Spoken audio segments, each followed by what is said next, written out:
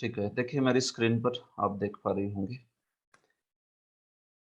या वीर्यशुल्केन ऋता स्वयंवरे प्रमथ्य चैद्य प्रमुखान् हि शुष्मिणः प्रद्युम्न साम्बाम्ब सुतादयोपरा याश्चारिता भौमवधे सहस्रश। ठीक है, श्याम भजन प्रभु अनुवाद पढ़िए। हरे कृष्णा। हरे कृष्ण। इन पत्नियों से संतानें है प्रद्युम्न, साम, अंब इत्यादि। उन्होंने शिशुपाल के नायकत्व में आए हुए अनेक शक्तिशाली राजाओं को हराकर रुक्मिणी, सत्यभामा तथा जाम्बवती जैसी स्त्रियों का उनके स्वयंवर समारोह से बलपूर्वक हरण किया था। उन्होंने भौमासुर तथा उसके हजारों सहायकों का वध करके अन्य स्त्रियों को भी हरण किया था। ये समस्त स्त्रियां धन्य है। ठीक है प्रभु, धन्यवाद। हरे कृष्ण। हरे कृष्ण। तो देखिए, ये श्रृंगार रस, श्रृंगार रतिमती स्त्रियां है ये। देखिए, कांतिमती जैसे हम बोलते हैं ना, कांतिमती मतलब कोई कांतिमान है या कांतिमती, वैसे शांत रतिमती या श्रृंगार रतिमती ऐसे बोला जा रहा है। ये तो ये जो श्रृंगार या माधुर्य रतिमती स्त्रियां हैं, तो वो गुणगान कर रही है भगवान की रानियों का। तो खास करके क्योंकि ये भी सारी राजमहल की स्त्रियां है कि नहीं। हस्तिनापुर जो है वो एक नगर है। वहां पे राजप्रासाद में स्त्रियां रहती है, तो these are all royal ladies. तो इसलिए स्वभावतः उनका रानियों के प्रति और रानियों के सौभाग्य प्रति गुणगान जो है यहाँ पर दिख रहा है ज्यादा। तो क्या कहती है वो कि ये धन्य है ये स्त्रियां जो भगवान की पत्नियां बनी, भगवान की रानियां बनी। तो भगवान ने इनको कैसे प्राप्त किया? या वीर्य शुल्केन ऋताः स्वयंवरे। स्वयंवरों में, अलग अलग प्रकार के स्वयंवरों में ये स्त्रियां जो कि वीर्य शुल्क के रूप में भगवान ने प्राप्त की। वीर्य शुल्क मतलब समझते कि कुछ वीर्य, साहस, शौर्य दिखा के जिनको प्राप्त किया है उसको कहते हैं वीर्य शुल्क। शुल्क मतलब आप समझते हो कि उसका मूल्य। तो वीर्य का मूल्य देके जिनको प्राप्त किया है।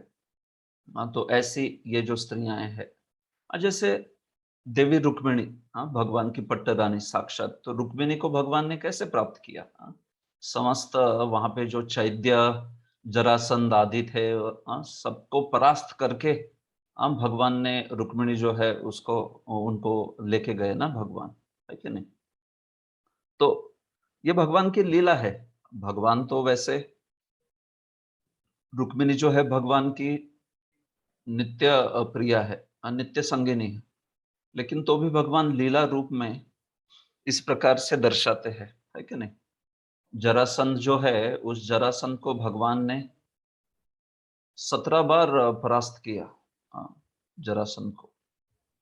लेकिन वो उस जरासंध को हम लोग देखते हैं कि अंतिम बार भगवान जो है उसको परास्त नहीं किए, बल्कि उसके सामने से भाग गए। तो फिर जरासंध जो है वहां पे बहुत हंस रहा था, अरे देखो कृष्ण बलराम कैसे दौड़े। बहुत, मुझे इतनी बार 17 बार परास्त कर दिया था, लेकिन इस बार इनको मैंने परास्त कर दिया। लेकिन एक्चुअली भगवान ने वहां पे जरासंध और उसकी सेना को छोड़ दिया था। क्यों छोड़ा था? जीव गोस्वामी क्या कारण बताते हैं? इसलिए छोड़ा था कि उन सबको भगवान मन में बोले, तुम सबको तो मैं रुक्मिणी के सामने पीटूंगा, इसके लिए तो मैं छोड़ रहा हूं इधर। तो भगवान जो है रुक्मिणी देवी के सामने परास्त किए उन सबको।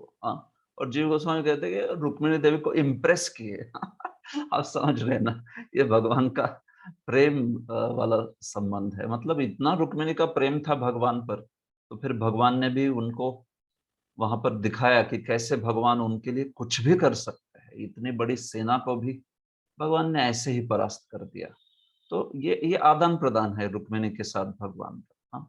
तो ऐसे वीर्य शुल्केन ऋता, तो वैसे ही अन्य अन्य भी आप जानते हो, भगवान की जो अन्य अन्य रानियां हैं वे भी, उनमें से कुछ स्वयंवर में भगवान ने उनको प्राप्त किया, कुछ जो है स्वयं भगवान को प्राप्त हुई, जैसे कि सत्यजित ने सत्यभामा को भगवान को कन्यादान किया, या फिर जाम्बवती थी, वो आप जानते हो कि जाम्बवान के साथ भगवान के युद्ध के पश्चात फिर जाम्बवती का भगवान से विवाह हुआ।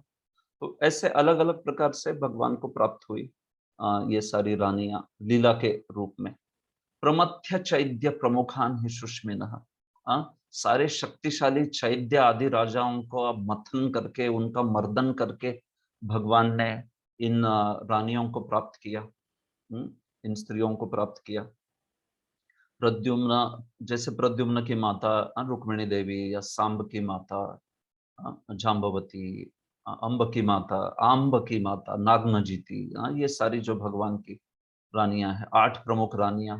और फिर याश्चा ऋता भौम वदे सहस्त्रशः, और फिर 16,100 जो बची हुई, जो कि भौमासुर के महल से भौमासुर को परास्त करके और उसके सहायकों को परास्त करके भगवान ने जिनको प्राप्त किया, वो 16,100, और फिर ये 8 रानियां, ऐसे भगवान की 16,108 रानियों के सौभाग्य का यहाँ पर वर्णन हो रहा है। ये बात जो है इधर बोली गई है। तो मुद्दा यही है कि ये रानियां कितनी महान है, धन्य है ये बोला जा रहा है यहाँ पर। तो प्रभुपाद जी अपने तात्पर्य में देखिए, स्वयंवर क्या है इसके बारे में पहले बताते हैं। तात्पर्य, शक्तिशाली राजाओं की अत्यधिक सुयोग्य कन्याओं की खुली स्पर्धा में अपना पति चुनने की अनुमति दी जाती थी, और ऐसे समारोह स्वयंवर कहलाते थे। स्वयंवर, जिसमें कन्या जो है स्वयं का वर चुनती है, वो होता था स्वयंवर। तो कुछ बहुत बड़ा ऐसा साहस शौर्य का कुछ कार्य होता था, जिसको जो भी क्षत्रिय पूर्ण करेगा उसको वो कन्या प्राप्त होती थी। उसको स्वयंवर कहते थे। जैसे हम लोगों ने द्रौपदी के स्वयंवर के बारे में चर्चा सुनी है, या फिर माता सीता का स्वयंवर जो था उसकी बात सुनी है, या फिर अन्य अन्य, जैसे यहाँ पर भी हम लोग जानते हैं कि रुक्मिणी आदि वगैरह ये सब। तो चूंकि स्वयंवर में प्रतियोगी वीर राजकुमारों के बीच खुली स्पर्धा होती थी, अतएव उन्हें राजकुमारी के पिता आमंत्रित करते थे, और बहुधा आमंत्रित राजकुमारों में खेल खेल में नियमित युद्ध हुआ करता था। कभी कभी ऐसे विवाह द्वंद्वों में योद्धा राजकुमारों की मृत्यु तक हो जाती थी। तो देखिए, ये उस प्रकार का रहता था, इसको वीर्य शुल्क कहते हैं। कि वो यहाँ तक कि युद्ध तक हो जाता था, और युद्ध में अन्य राजकुमारों को परास्त करके फिर वो जो राजकुमारी है वो प्राप्त होती थी। तो ये स्वयंवर। तो इसमें और एक कंडीशन रहती है कि अगर कोई उस वीर्य के कार्य को कर भी दे, लेकिन अगर राजकुमारी नहीं चाहती है उससे विवाह करना, तो वो भी स्वतंत्रता होती थी उसको। इसी को स्वयंवर कहते हैं। मानिए किसी ने वो कार्य कर भी दिया, जो भी कार्य करना है, जैसे वो द्रौपदी के स्वयंवर में वो मछली के आंख भेदने का कार्य था, तो कोई कर भी दे उसको, तो अगर वो राजकुमारी नहीं चाहती है तो फिर वो नकार सकती थी। उसके ऊपर है वो, उसको ही स्वयंवर कहते थे। स्वयंवर इस प्रकार से। तो वो पूरा ही ऐसे बहुत कोई महान क्षत्रिय राजा की बहुत बड़ी राजकुमारी वगैरह उनके विवाह में ऐसा ये होता था, ऐसा प्रघात होता था। तो भगवान ने इस प्रकार के स्वयंवरों में भगवान की बहुत सारी जो रानियां हैं, इस प्रकार से भगवान ने उनको प्राप्त किया था। जैसे रुक्मिणी आदि अन्य अन्य भी जो रानियां भगवान की थी, खास करके 8 पट रानियां, और फिर उसके बाद में 16,100 वो भी पुत्रियां, वो भी जो कन्याएं थी, उनको भी भगवान ने भौमासुर को परास्त करके फिर प्राप्त किया। आप जानते हो ये सारी कथाएं आपने सुनी है कृष्ण किताब में या श्रीमद् भागवत के 10वें स्कंद में। ऐसे तो खास करके प्रभुपाद जी कहते हैं उन 16,100 रानियों के बारे में, जिनका वर्णन एक्चुअली अगले श्लोक में आ रहा है, लेकिन प्रभुपाद जी यहीं पे बता देते हैं उनके बारे में। बंदी बनाई गई इन राजकुमारियों को, वो 16,100, श्री भगवान ने अपने पत्नियों के रूप में स्वीकार किया था। यद्यपि समाज की दृष्टि में ये सभी लड़कियां पतित हो चुकी थी, हाँ? लेकिन सर्वशक्तिमान भगवान श्री कृष्ण ने इनकी प्रार्थना सुनी और उनको रानियों जैसा सम्मान देते हुए उनसे विवाह किया। तो ये सौभाग्य था उन 16,100 रानियों का। भौमासुर अपहरण करके लेके गया था, तो एक दृष्टि से देखा जाए तो वो समाज की दृष्टि में वो पतित हो गई थी, क्योंकि उनको ये भौमासुर लेके गया करके। लेकिन तो भी भगवान ने उनकी कृपावश, भगवान ने अपनी कृपावश उनको स्वीकार किया, इन सारी रानियों को। हाँ, तो ये अगले श्लोक का विषय है, प्रभुपाद ने यहाँ पर बात की है, तो इसको देखते हैं अगले श्लोक को, फिर चर्चा करते हैं इसकी।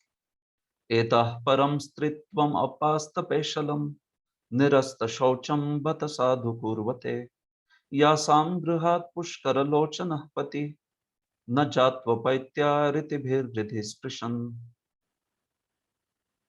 ठीक है, अनुवाद अनुवाद पढ़िए अभय चरना रविंद्र प्रभु।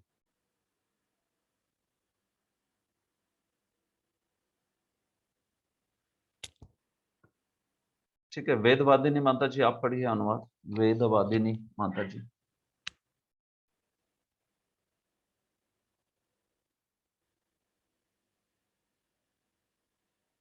क्या बात है, आज कोई पढ़ नहीं रहे। ठीक है, माँ पढ़ो क्या प्रभु जी? हाँ, बलराम दुलाल प्रभु पढ़िए। इन सभी स्त्रियों ने व्यक्तित्व तथा शुद्धि से विहीन होते हुए भी अपने जीवन को धन्य किया। उनके पति कमल नयन श्री भगवान ने उन्हें घर में ही कभी अकेले नहीं छोड़ा। वे उन्हें बहुमूल्य भेंट प्रदान करके उनके हृदयों को प्रसन्न बनाते रहे। यस, धन्यवाद।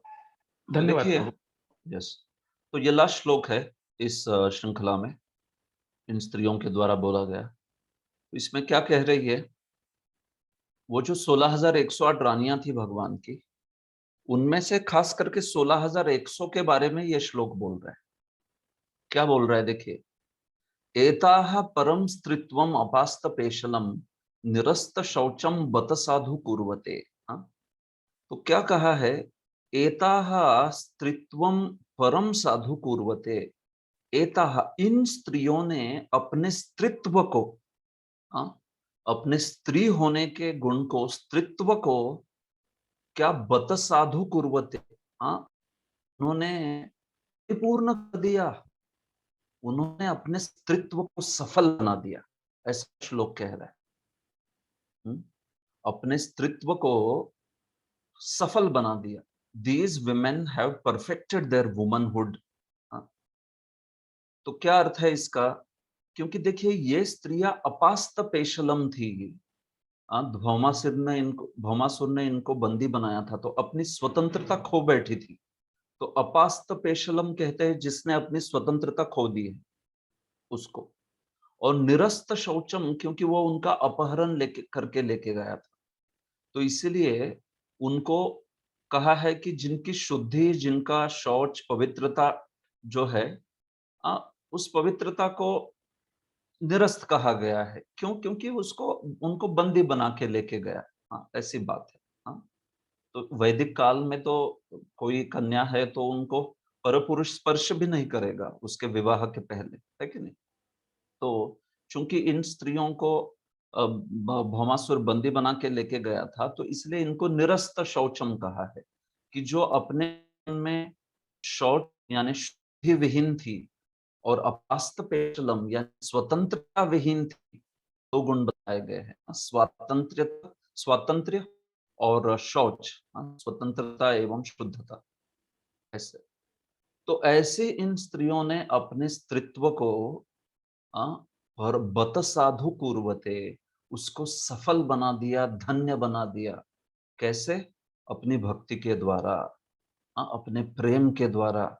श्री कृष्ण के प्रति ऐसी भक्ति थी उनकी, ऐसा प्रेम था, ऐसी प्रामाणिक इच्छा थी श्री कृष्ण के प्रति अपने पति के रूप में उनको चुनने की, उनको स्वीकारने की, कि श्री कृष्ण ने उनको स्वीकार कर लिया। और श्री कृष्ण के उनको स्वीकारने से इन स्त्रियों ने अपने स्त्रीत्व को धन्य बना दिया है, सफल बना दिया है। हाँ। वो स्त्री क्या उसका सौभाग्य है कोई स्त्री का कि जिसको श्री कृष्ण ने अपनी पत्नी के रूप में स्वीकार कर लिया, वो तो परम सौभाग्य हो गया ना उस स्त्री का। हाँ, तो ये बात बताई जा रही। यासाम गृहात पुष्कर लोचना पति न जातु अपैति। ऐसा उनका प्रेम था कृष्ण के प्रति, इतने अपने प्रेम से उन्होंने श्री कृष्ण को विवश बना दिया कि जिनके ग्रह से यासाम ग्रहात पुष्कर लोचन भगवान जो कि अरविंदाक्ष है, जो कि कमल नयन है, ऐसे भगवान कभी भी उनके गृह से बाहर जाते नहीं थे या जाने की इच्छा नहीं करते थे। हमेशा भगवान उनके प्रेम में जकड़े हुए थे। ऐसा कहा जा रहा है। भगवान को उन्होंने अपने प्रेम के द्वारा, अलग-अलग भेंट के द्वारा, अलग-अलग उपहारों के द्वारा, मतलब अपने प्रेम के आदान-प्रदान के द्वारा ऐसा भगवान को उन्होंने विवश बनाया था, हाँ, कि वे भगवान जो है, उनको घर में आने के बाद हमेशा ही वो भगवान के साथ ही रहती थी। भगवान कभी भी उनको त्याग नहीं किए, हमेशा भगवान उनके साथ ही रहे। और उस घर से भी भगवान जाते नहीं हैं। इस कहने का भाव ऐसा है कि मतलब हमेशा ही भगवान जब घर आते थे, तो वो कभी अपने पत्नियों के वियोग में नहीं रहे, हमेशा ही उनके साथ ही रहते थे। वो हमेशा भगवान को इतनी प्रसन्न करती थी, अलग-अलग सेवाओं से, अलग-अलग उपहारों से, अलग-अलग प्रकार से अपने सुंदर वाणी से भगवान को ऐसी सेवा करती थी, ऐसे भगवान को प्रसन्न करती थी कि हृदय स्पृशन, हमेशा ही भगवान के हृदय को स्पर्श कर देती थी। तो इस प्रकार से उन्होंने अपने स्त्रीत्व को सफल बना दिया। हालांकि वे ऐसी अवस्था में थी कि जहां पे उनकी स्वतंत्रता खो चुकी थी, शुद्धि खो चुकी थी। वैदिक निकष से, वैदिक काल का निकष, उसके अनुसार इतना बड़ा वो निकष है, उसमें ऐसी शुद्धता का निकष होता है, तो उसके अनुसार बोला जा रहा है। अपास्तपेशलम या निरस्त शौचम। जैसे हम लोग जानते हैं अम्बा, अम्बा के केस में भी वैसे ही हुआ है कि नहीं। तो अम्बा जो है भीष्मदेव के द्वारा उनको लाया गया। तो फिर उसके पश्चात अम्बा को कोई स्वीकार करने के लिए तैयार नहीं था, क्योंकि उनका अपहरण हो गया था इस प्रकार से। तो वैसा वो वैदिक स्टैंडर्ड है, निकष है उस प्रकार का। तो बात यह है यहाँ पर कि वैसे होते हुए भी धन्य है ये स्त्रियां कि इन्होंने इस प्रकार से अपनी भक्ति से भगवान को प्रसन्न किया कि भगवान जो है कभी भी उनको अकेले छोड़कर नहीं रहते थे। अपने घर में कभी भी भगवान जो है उनके साथ ही रहते थे और उनकी सेवा, आदान प्रदान, हास परिहास, उसमें भगवान जो है वो रत रहते थे। तो ये उनके प्रेम की बात हो रही है। देखिए यहाँ पर भगवान का कोई क्या कहते हैं, स्ट्रेन नहीं है। स्ट्रेन आप समझ, जोरू का गुलाम, नॉर्मल हिंदी भाषा में कहेंगे। तो जोरू का गुलाम ऐसी बात नहीं है, स्ट्रेन नहीं है भगवान। भगवान तो प्रेम से उनके जीते जा सकते हैं, है कि नहीं। आगे चल के 11वें अध्याय में ये श्लोक आएगा एक कि यस्येन्द्रियम कुहके विमथितुम विमत कुहकम न शेकु। यस्येन्द्रियम, यस्येन्द्रिये विमथितुम कुहकैर न शेकु। ऐसे तो भगवान ऐसे थे कि भगवान की रानियां परम रूपवती, परम सुंदरियां थी और उनका ऐसा सौंदर्य था, ऐसा रूप था, ऐसे उनकी वाणी थी। लेकिन ऐसे सारे उनके वाणियों से, वाणी से, सौंदर्य से और उनके सारे कार्यकलापों से, हाँ, भगवान को वो कभी भी भगवान के इंद्रियों को बिल्कुल भी विमथित नहीं कर पाई। क्योंकि भगवान तो क्या है, आत्माराम है भगवान साक्षात। लेकिन वहां पे विश्वनाथ चक्रवर्ती बताते हैं कि भगवान की इंद्रियों को वो अपने सौंदर्य से कभी मंथन नहीं कर पाई, मथित नहीं कर पाई। लेकिन अपने प्रेम से उन्होंने भगवान की इंद्रियों का मंथन कर दिया। अपने प्रेम से उन्होंने भगवान के हृदय का मंथन कर दिया, तो प्रेम से जीत लिया, भक्ति से जीत लिया भगवान को, ना कि रूप सौंदर्य आदि वगैरह। भगवान तो सारे सौंदर्य की खान है, सारे सौंदर्य का स्रोत है। उनको किस सौंदर्य से इंप्रेस करोगे आप, किस बुद्धि से इंप्रेस करोगे? हाँ, भगवान को ये सारे जो भग है, ऐश्वर्य, वीर्य, यश, श्री, ये तो भगवान स्वयं उसके स्रोत है। तो इनमें से कोई भी गुण भगवान को प्रभावित नहीं कर सकता है। लेकिन जैसे इन स्त्रियों ने भगवान को अपने प्रेम से जीत लिया, भक्ति से जीत लिया भगवान को अपने, हाँ, सौंदर्य से बाकी उनके गुणों से नहीं, ये बात बोली जा रही। तो ये बात यहीं पर भी है, यही चीज बोली जा रही, हाँ, कि ऐसी इन स्त्रियों का धन्य है वे स्त्रियां कि जिन्होंने अपने स्त्रीत्व को परम फल बना दिया अपनी भक्ति से, अपने प्रेम से, कि कृष्ण कभी भी उन घर छोड़ के नहीं जाना चाहते हैं, हमेशा उनके संग में रहना चाहते हैं और उनके साथ प्रेम का आदान प्रदान करना चाहते हैं। तो ये बात है, ये इस श्लोक का तात्पर्य कहा जा रहा है। तात्पर्य में प्रभुपाद देखिए, भगवत भक्त परिशुद्ध हो चुके जीव होते हैं। जो ही भक्त श्री भगवान के चरण कमलों की शरण में सच्चे हृदय से आ जाते हैं, भगवान उन्हें स्वीकार कर लेते हैं और भक्त समस्त भौतिक कल्मशों से रहित हो जाते हैं। तो ये क्यों मुद्दा बोल रहे हैं प्रभुपाद जी? सबसे पहले प्रभुपाद जी समझा रहे हैं कि भक्त जो है 3 गुणों के ऊपर चला जाता है भक्ति के द्वारा, परिशुद्ध हो जाता है। तो इसलिए भक्त के लिए कोई शारीरिक अयोग्यता नहीं होती। जिस प्रकार गंगा जल में गंदे नाले का जल मिल जाने पर उसमें कोई गुणात्मक अंतर नहीं रह जाता।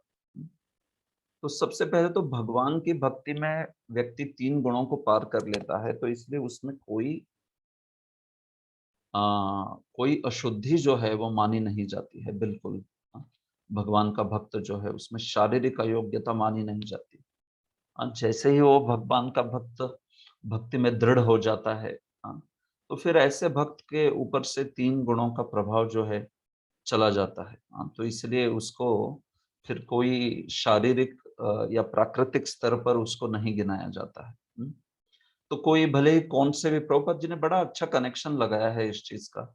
तो इसलिए कोई भी किसी भी बैकग्राउंड से आता हो, कोई भी कुल से, कोई निचला कुल हो, निम्न योनि से आया हो या निम्न कुल से आया हो, तो उसमें कोई उस प्रकार का भाव जो है भक्ति में होता नहीं। किरात होनांद्र पुलिंद पुलकषा अभिर शुंभा यवनाथ सादया ये नेच पापा यद आश्रयाश्रया शुद्ध्यंति तस्मै प्रभ विष्णवे नमः। हाँ, है कि नहीं? तो कैसे कोई भी निम्न कुल से भी कोई आता हो, लेकिन वो सारी उपाधियां जो है, अपात्रता जो है वो हट जाती है और व्यक्ति जो है पूरी तरह से शुद्ध माना जाता है।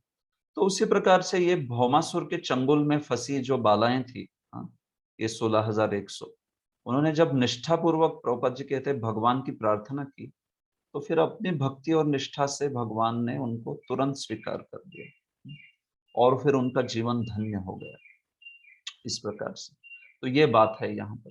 हाँ, तो देखिए ये भगवान की जो रानियां थी, ये रानियां खास करके 16,108 रानियां जो है, हाँ, वो कुछ स्वर्ग से स्त्रियां थी जिनको अष्टवक्र मुनि का शाप मिला था। और फिर वो अष्टवक्र मुनि के शाप के पश्चात इस धरातल में जब उन्होंने क्षमा याचना की, तो फिर अष्टावक्र मुनि के शाप से, मतलब क्षमा याचना करने के बाद उन्होंने फिर कहा कि आपको आपके अगले जीवन में आप भूतल पर जन्म लेगी और आपको फिर भगवान की रानियां बनने का सौभाग्य प्राप्त होगा और फिर उससे आप पूरी तरह से शुद्ध हो जाएगी। तो इस प्रकार से साधु लोगों का शाप भी एक एक वरदान में परिवर्तित हो जाता है। तो वैसा ही इन स्त्रियों के बारे में भी हुआ। तो खास करके 16,100 रानियां जो है वो इस प्रकार से वो आत्माएं हैं जो कि स्वर्ग से आई हुई है। 8 जो रानियां है वो खास करके भगवान की पट रानियां है, भगवान के नित्य पार्षद है वे, सारे के सारे जो है वो। इस प्रकार से विश्वनाथ चक्रवर्ती ने एनालिसिस किया है यहाँ पर।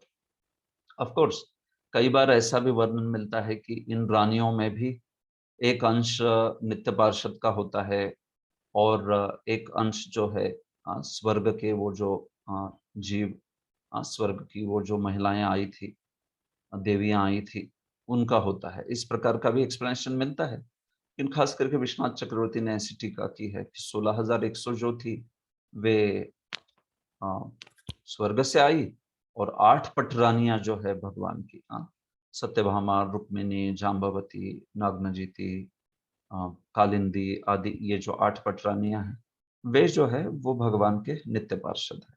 इस प्रकार से तो ये जो भी है, मुद्दा यहाँ पर यह है कि ये रानियों ने इस प्रकार से भगवान को प्रसन्न कर दिया कि भगवान उनके लिए कुछ भी करने के लिए तैयार थे।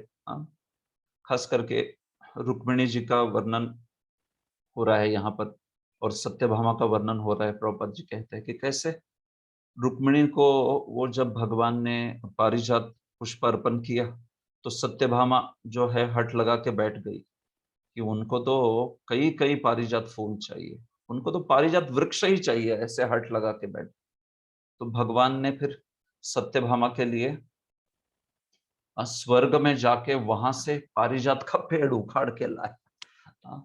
तो ये सत्यभामा के प्रेम का प्रभाव है। इसमें भगवान की स्त्रैणता नहीं है, देखने में मानो लगे किसी को, और मूर्ख लोगों को तो लगता भी है कि श्री कृष्ण क्या है ये, अपने पत्नी के लिए इंद्र से युद्ध कर लिए।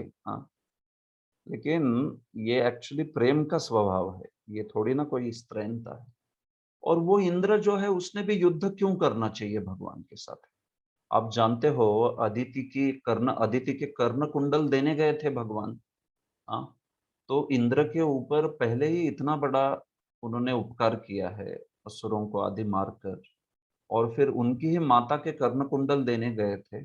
और फिर वहां पे जब सत्यभामा को इंद्रानी, सची के साथ कुछ वार्तालाप हो रहा था, तो फिर सची ने कुछ पारिजात के फूल पहन लिए अपने बालों में, अपने केशों में। और फिर जब सत्यभामा चाहती थी तो सची ने वहां पे अपमान कर दिया सत्यभामा का। ये कथा श्री जीव गोस्वामी बताते हैं, श्री गोपाल चंपू ग्रंथ में थोड़े विस्तार से बताते हैं इसको कि कैसे वहां पे शची ने भगवान की रानी सत्यभामा का अवमान कर दिया। तो इसलिए फिर सत्यभामा ने कहा, अच्छा मैं पारिजात के फूल नहीं प्राप्त कर सकती, ऐसे इंद्रानी कह रही है। तो उन्होंने भगवान को कहा, देखिए ये इंद्रानी ऐसी कह रही है कि मैं पारिजात के जो पुष्प है उसके लिए काबिल नहीं हूँ, उसके लिए पात्र नहीं हूँ। तो भगवान ऐसे क्रोधित हो गए, भगवान पारिजात का वृक्ष ही उखाड़ के लाए पूरा। तो ये बात है। तो इंद्र ने वहां पे ये सोचना चाहिए था इतना कि अरे ये मेरी माता के कर्ण कुंडल लेके आए, भगवान ने मेरे ऊपर इतना उपकार किया है, मुझे सारे असुरों से बचाया, मेरा राज्य वापस कर दिया है। और वही इंद्र भगवान के साथ तुरंत युद्ध करने के लिए तैयार हुए कि क्यों ये पारिजात को लेके जा रहे करके। तो इसको देखकर दशम स्कंद में सुखदेव गोस्वामी ने भी धिक्कार किया है।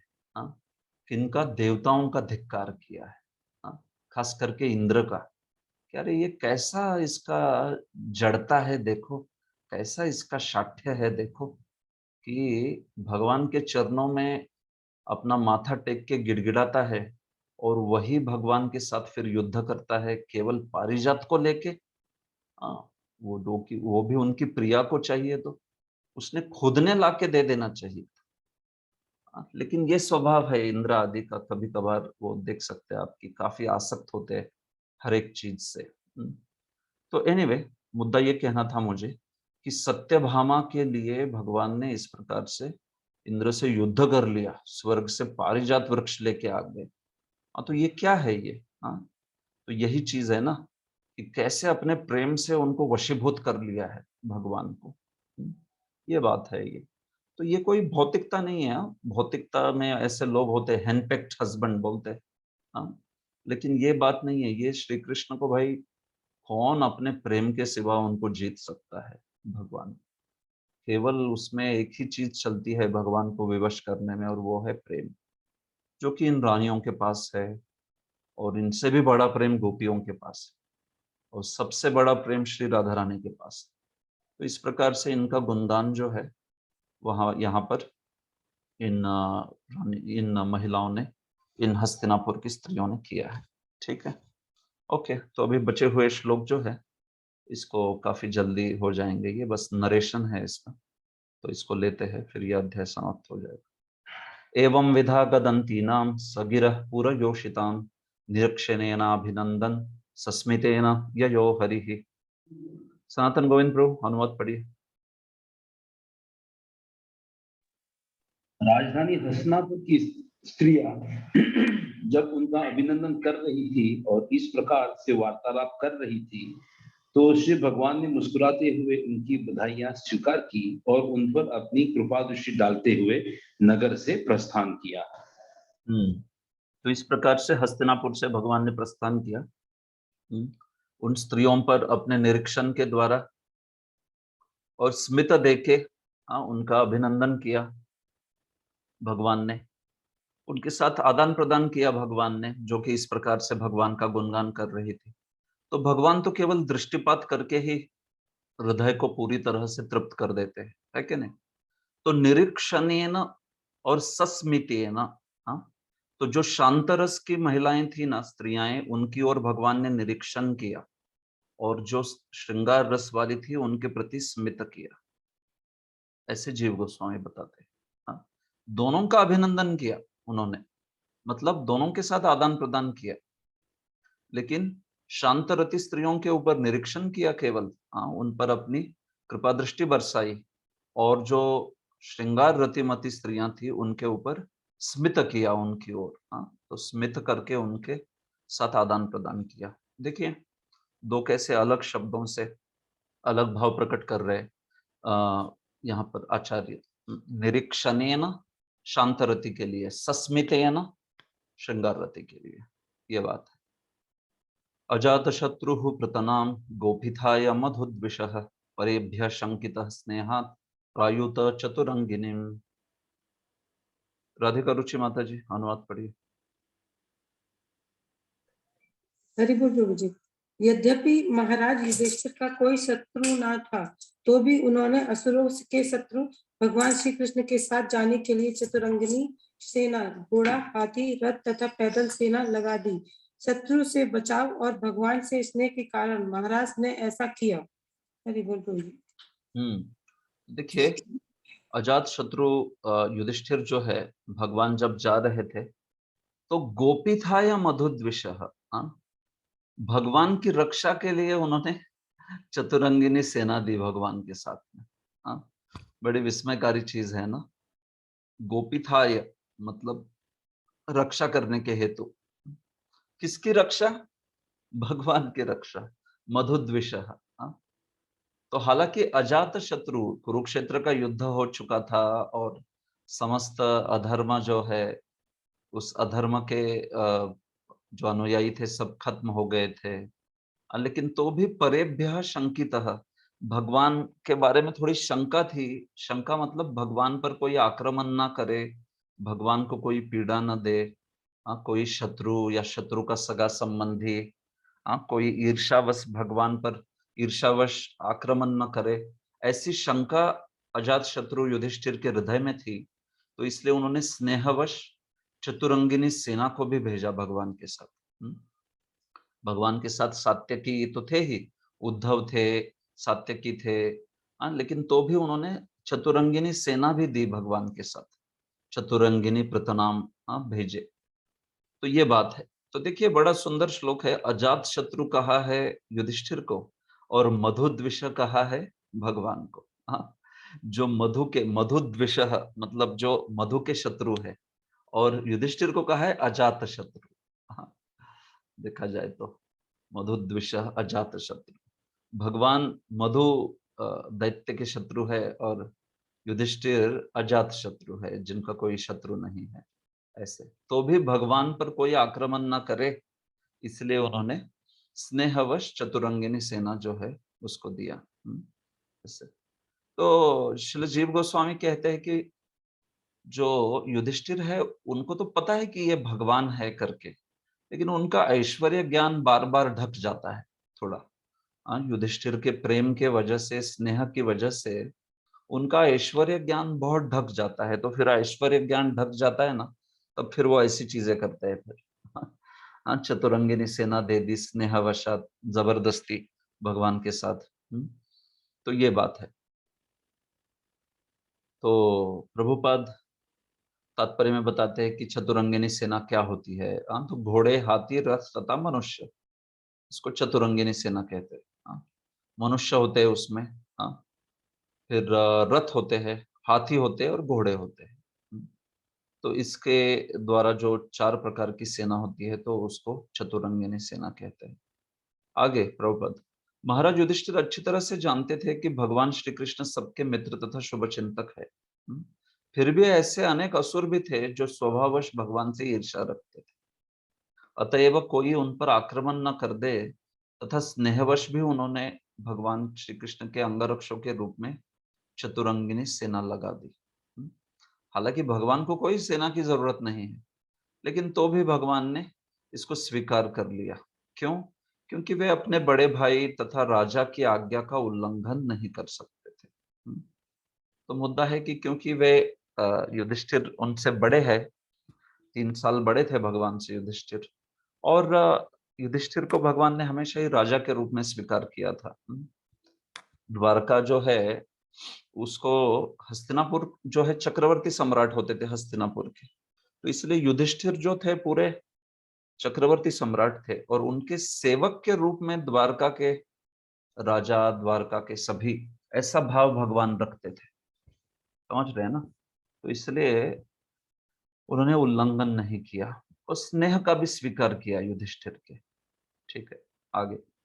अथ दूरागतान शौरी कौरवान विरहारुतान, सॉरी, अथ दूरागतान शौरी कौरवान विरहातुरान सन्निवत्य दृढ़ं स्निग्धान प्रायात् स्वनगरी प्रियैः। ओके, अनुवाद पढ़िए राधिका विनोद प्रभु। राधिका विनोद प्रभु अनुवाद पढ़िए। ठीक है, माधुरी किशोरी माता जी आप पढ़िए अनुवाद। हरे कृष्ण प्रभु जी, दंडवत प्रणाम। हरे कृष्ण। दंडवत प्रणाम। भगवान श्री कृष्ण के प्रति प्रगाढ़ स्नेहवश कुरुवंशी पांडव उन्हें विदा करने हेतु उनके साथ काफी दूर तक गए। वे भावी विछोह के विचार से व्यग्र थे, किंतु श्री भगवान ने उनसे घर लौट जाने का आग्रह किया और स्वयं अपने प्रिय संगियों के साथ द्वारका की ओर रवाना हुए। धन्यवाद प्रभु। ठीक है, धन्यवाद। देखिए, फिर अथ दूरागतन, तो कुछ समय दूर वो चतुरंगिनी सेना और भी अन्य जो भगवान के साथ सगे संबंधी चल रहे थे, अन्य कौरव जो थे वो, क्योंकि भगवान से विरह हो रहा था तो बड़े दुखी थे। भगवान जा रहे हैं, इतने सब कुछ समय के पश्चात, इतने प्रकार से सहायता करने के बाद अभी भगवान जा रहे हैं ना, तो सारे विरह से आतुर हो गए। आप सोच सकते हो ना ये स्थिति कैसी है। भगवान जा रहे हैं इतने कई कई महीने रहने के बाद, और इतनी सारी विपदाओं से पांडवों को बचाया, और इसके बाद भगवान जा रहे हैं तो भगवान के साथ दूर तक चले गए। पांडव कई सारे और अन्य भी कुरु नगरी के जो भगवान के संगी है वे बहुत सारे चले गए उनके साथ। तो फिर कुछ बहुत सारी दूरी पर चलने के बाद फिर भगवान ने उनको कहा, भगवान ने कहा कि अभी आपने वापस जाना चाहिए।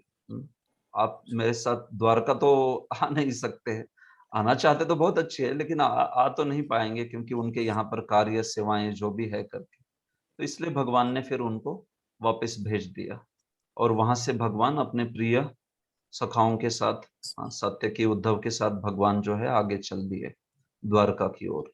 कौरवों को, कौरव मतलब कुरु नगरी के, उनके भक्तों को, पांडवों को वहां से वापस भेजकर भगवान आगे चल दिए। ठीक है, तो भगवान कहाँ कहाँ कौन कौन से क्षेत्र से गुजर चुके हैं ये अगले 2 श्लोकों में बोला है। कुरुजांगल पांचालान शूरसेनान स यामुनान ब्रह्मावर्तम कुरुक्षेत्रम मत्स्यान सारस्वतानथ मरुधन्वम मतिक्रम्य सौवीराभिरयोपदान आनंद भार्गवोपाघात शांतवाहो मनाग विभु। वल्लभी गोपी माता जी आप अनुवाद पढ़िए। हे शौनक, तब भगवान कुरुजांगल, पांचाल शूरसेन, यमुना के तटवर्ती प्रदेश ब्रह्मावर्त, कुरुक्षेत्र, मत्स्या, सारस्वता, मरुग्रांत तथा जल के अभाव वाले भाग से होते हुए आगे बढ़े। इन प्रांतों को पार करने के बाद वे सौवीर तथा आभीर प्रांत पहुंचे और अंत में इन सब के पश्चिम की ओर स्थित द्वारका पहुंचे। धन्यवाद प्रभु। यस, तो देखिए इस प्रकार से भगवान जो है पांचाल, कुरुजांगल, शूरसेन, ब्रह्मावर्त, कुरुक्षेत्र आदि सारे इस मार्ग से आगे बढ़ते हुए मरुधन्वम अतिक्रम्य, फिर मरुधन्व रेगिस्तान को भी पार किया भगवान ने, सौवीर प्रांत को भी पार किया। ऐसे करते हुए भगवान अंत में पहुंच गए द्वारका। ये बात है। तो इसमें मरु प्रांत आदि के ऊपर प्रभुपाद जी ने थोड़ी सी टीका की है। प्रभुपाद कहते हैं कि देखिए मरु प्रांत मतलब रेगिस्तान आदि, या सौवीर मतलब सौराष्ट्र आदि। ऐसा प्रतीत होता है यहाँ पर, ऐसा प्रतीत होता है कि 5000 वर्ष पूर्व भी राजस्थान का मरुस्थल तथा मध्य प्रदेश जैसे जल के अभाव वाले प्रांत विद्यमान थे। भू विशेषज्ञों का यह सिद्धांत कि मरुस्थल हाल ही में विकसित हुए श्रीमद् भागवत के कथन से पुष्ट नहीं होता।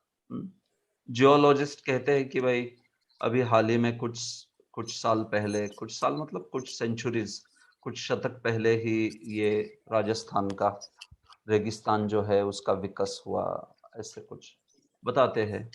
तो प्रभुपाद जी बोलते हैं कि यहाँ पे भागवत में लिखा है सीधा सीधा मरुभूमि, लिखा है ना यहाँ पर मरुस्थल, मरुधन्वम, तो बोलते हैं कि ये इसलिए पुष्ट नहीं होता है यहाँ पर। एनीवे, आगे क्या कहते हैं प्रभुपाद, हम इस विषय को भूगर्भ विज्ञानियों द्वारा खोजे जाने हेतु छोड़ देते हैं, क्योंकि परिवर्तनशील ब्रह्मांड में भूगर्भीय विकास की विभिन्न अवस्थाएं होती है। तो भाई let us leave this matter to the geologists. ऐसे प्रभुपाद जी कह रहे हैं। हमें तो प्रसन्नता है कि भगवान हमें प्रसन्नता है कि भगवान अब कुरु प्रांत से अपने निजी प्रांत द्वारका धाम में पहुंच गए हैं। तो भाई भक्तों को तो आनंद है कि भगवान जो है हस्तिनापुर से द्वारका पहुंच गए हैं। ये बात है। हम लोग इतना कोई चिंता नहीं करते वो क्या, कौन सा जियोलॉजी का कौन सा पार्ट था और कब राजस्थान बना और क्या, वो ठीक है जो भी कुछ है। मुद्दा ये है कि भगवान द्वारका पहुंच चुके हैं। अंतिम श्लोक, तत्र तत्र तत्रत्यैर हरि प्रत्युद्यतार्हणः सायं भेजे दिशं पश्चात गविष्ठो गाम गतस्तदा।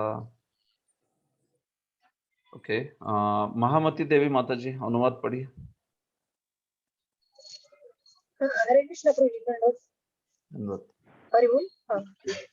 इन प्रांतों से होकर यात्रा करते समय उनका स्वागत किया गया, पूजा की गई और उन्हें विविध भेंटें प्रदान की गई। संध्या समय सभी स्थानों में संध्याकालीन अनुष्ठान नृत्य करने हेतु श्री भगवान अपनी यात्रा स्थगित करते। सूर्यास्त के बाद नियमित रूप से ऐसा किया जाता। ठीक है, तो देखिए इन स्थानों पे जब भगवान चलते थे ना, तो क्या होता था कि वहां पे उस मेन रास्ते पे चल रहे हैं भगवान, मानिए हाईवे से चल रहे हैं भगवान, तो हाईवे के बाजू में जो जो कुछ प्रांत होते थे, गांव होते थे, वहां से भगवान को नियोता आता था। भगवान के कई भक्त जो है वहां पर रहते थे ना, तो इन सारे प्रांतों से जाते हुए भगवान के भक्त उनको अपने क्षेत्र में बुला लेते थे। भगवान जिस रास्ते से जा रहे हैं उस रास्ते पर आके भगवान के जो भक्त है उनको अपने शहर में लेके जाते थे, अपने प्रांत में लेके जाते थे, और फिर वहां पे भगवान को भेंट अर्पण करते थे, उपहार अर्पण करते थे, सम्मान करते थे, पूजा करते थे भगवान की।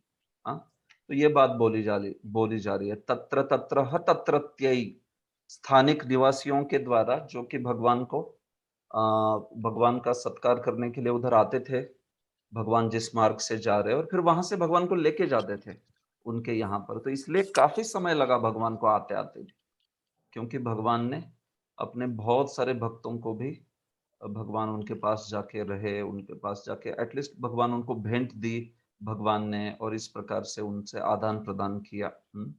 ये बात है। यहाँ तक कि इसमें शूरसेन भी बोला है। तो श्री जीव गोस्वामी बोलते हैं कि भगवान शूरसेन भी गए। तो शूरसेन मतलब आप समझते हो वृंदावन, ब्रजमंडल आता है शूरसेन में। तो भगवान तो वृंदावन भी चले गए, ऐसे कहते हैं जीव गोस्वामी। हालांकि उस वक्त भगवान ने सारे ही अपने पार्षदों को प्रकट वृंदावन धाम से वो जो है लेके चले गए थे, उनको गोलोक वृंदावन भेज दिया था सबको। इसलिए वहां पर भगवान के नंद बाबा वगैरह ये पार्षद नहीं थे तब। कोई नंद बाबा हो या फिर यशोदा माई हो या ये सब, दंतवक्र के वध के पश्चात ही भगवान ने व्रज में जाके 2 महीना रह के इन सारों को भगवान ने भगवत धाम भेज दिया था।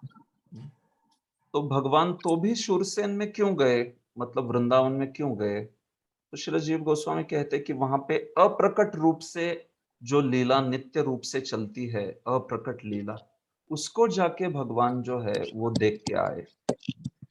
तो अन्यों ने तो देखा नहीं कि भगवान वहां पर अपने नित्य पार्षदों के साथ वो लीला कर रहे हैं, लेकिन भगवान ने देखा जाके अपने पार्षदों को, उनको मिले, उनसे आदान प्रदान किया अप्रकट, अप्रकट लीला में।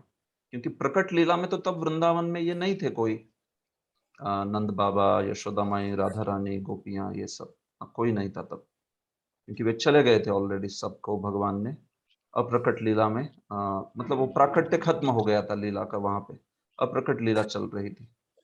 तो भी भगवान वहां पे इस प्रकार से जाके आए, शूरसेन मतलब वृंदावन व्रजमंडल को देख के आए।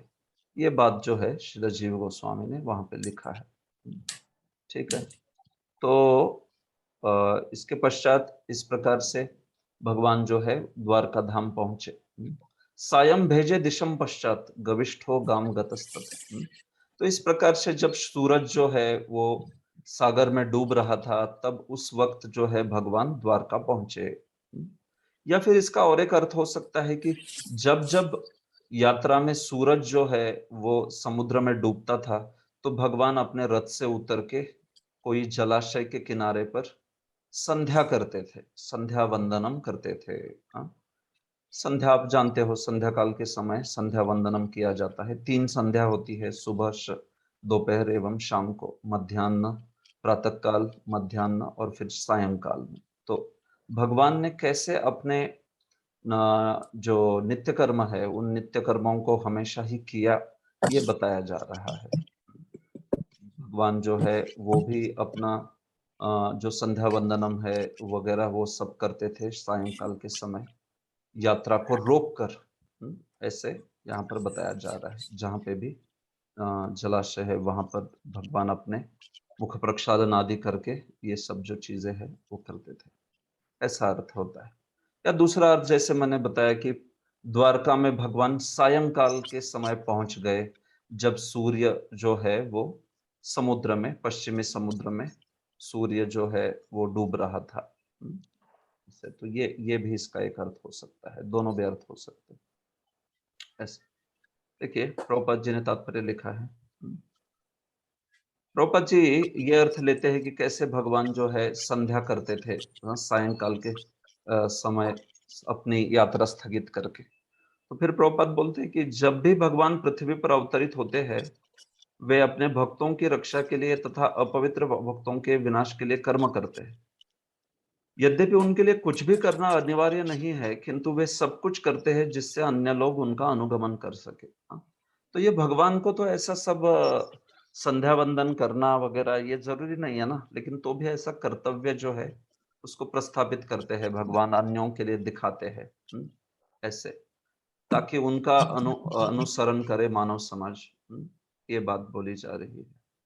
और फिर ऐसे भी लीला करते हैं कि जिसकी कोई नकल नहीं कर सकता। दोनों प्रकार के कार्य करते हैं भगवान की। कुछ लीलाएं अनुकरण के लिए, मतलब अनुसरण के लिए होती है, और कुछ लीलाएं जो है वो अनुसरण के लिए नहीं होती है। मतलब वो उसमें से आप केवल भगवान का गुणगान कीजिए, उसका अगर आप नकल करोगे, अनुकरण करोगे तो वो निंदनीय हो जाएगा। तो भगवान की कौन सी लीला या कौन से कार्यों का हमने जीवन में उदाहरण के रूप में उसको लेना चाहिए, और भगवान के कौन से कार्यों को हमने केवल उसकी पूजा अर्चना आराधना करनी चाहिए, उसका अनुकरण नहीं करना चाहिए, ये जानना चाहिए हमने। ये बात है। जैसे भगवान रासलीला करते हैं तो उसका थोड़ी ना हम लोग अनुसरण करते हैं, नहीं। हम लोगों ने रासलीला की, भगवान की लीला को केवल वंदन करना है, गुणगान करना है, उसकी पूजा अर्चना करनी है हमें। हाँ, उसका गुणगान करते हैं। लेकिन जहाँ पे भगवान अपना कर्तव्य दर्शाते हैं, वो हम उसको अपने जीवन में उतारने का प्रयास करते हैं। हाँ, जो कर्तव्य करते हैं भगवान एक प्रशासक के रूप में, राजा के रूप में, पति के रूप में, हाँ, पिता के रूप में, एक गुरु के रूप में, तो उनको हम अपने जीवन में उतारना चाहते हैं।